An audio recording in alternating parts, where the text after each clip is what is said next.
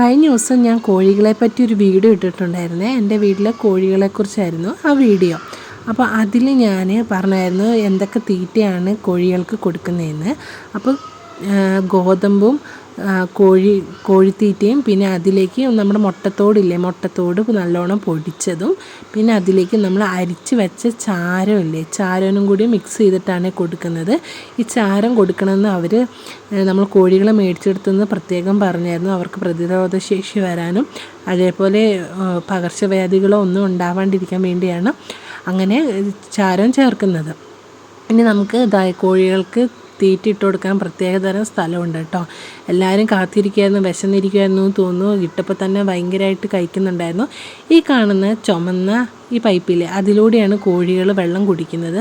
അതിലൂടെ കൊത്തി കുടിക്കുമ്പോൾ അവർക്ക് അതിലേക്ക് ഓരോ തുള്ളി വെള്ളമായിട്ട് കിട്ടാറുണ്ട്. നമ്മളത് ഒരു ബക്കറ്റിലാണ് ഇട്ട് വെക്കുന്നത്. അപ്പോൾ 2 കൂട്ടിലെ കോഴികൾക്കും തീറ്റ ഇട്ട് കൊടുത്തു കേട്ടോ. ഇനിയാണ് ഒരു കാര്യം കാണിച്ചു തരാം. ഇവർ ശരിക്കും തിന്നുന്നത് ഇതിൽ കുറച്ച് നനവ് ചേർത്താലാണ്.